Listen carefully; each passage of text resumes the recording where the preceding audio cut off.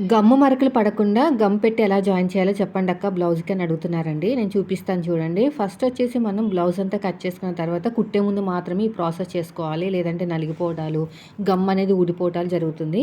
So ఇప్పుడు నేను తీసుకున్న గమ్ వచ్చేసి ఫ్యాబ్రిక్ గ్లూ అండి. అది కోన్ రూపంలో దొరుకుతుంది, లేదంటే నార్మల్గా బాటిల్ రూపంలో కూడా దొరుకుతుంది. ఇలా వీడియోలో చూస్తున్నారు కదా, బాగా కార్నర్‌కి అనమాట. బాగా క్లాత్ కార్నర్‌కి చిన్నగా డాట్స్ పెట్టుకోవాలి. అది కూడా ఎక్కువ పిండేసుకోకూడదు. ఆ కార్నర్‌కి ఎందుకు పెట్టుకోమంటున్నానంటే, మీరు కుట్టిన తర్వాత అంతా కూడా లోపలికెళ్ళిపోతదండి. ఖర్చు లోపలికి ఏం కనిపించదు. ఇలాగ అద్దినట్టు ఇలా పైన పెట్టుకొని మీరు పైనుంచి ఐరన్ చేసుకున్నా పర్లేదు, కింద నుంచి ఐరన్ చేసుకున్నా పర్లేదు. అయితే ఇది ఏం కాలిపోయే క్లాత్ కాదు. పైగా మనం వాడుతున్న ఎలక్ట్రానిక్ బజాజ్ కూడా మరీ అంత రిస్క్ ఏం కాదనమాట. అక్కడ అడ్జస్ట్‌మెంట్ చేసేది ఉంటది ప్రాసెస్ అనేది. మనకి సిల్క్‌లో పెట్టినప్పుడు ఆప్షను అలా హీట్ అనేది అడ్జస్ట్‌మెంట్ అవుతదనమాట.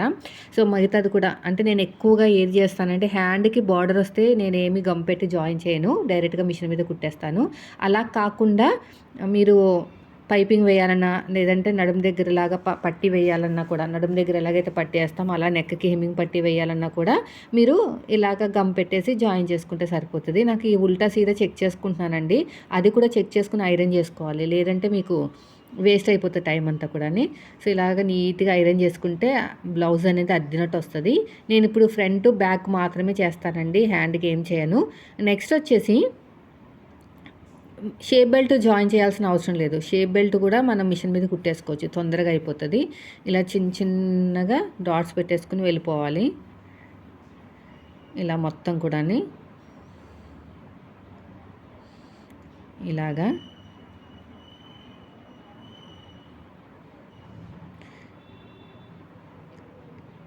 ఇలా మొత్తం కూడా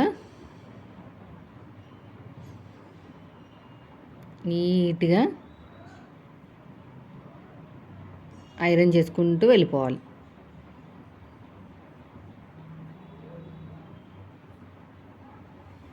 ఇలాగ. ఇలా మొత్తం కూడా.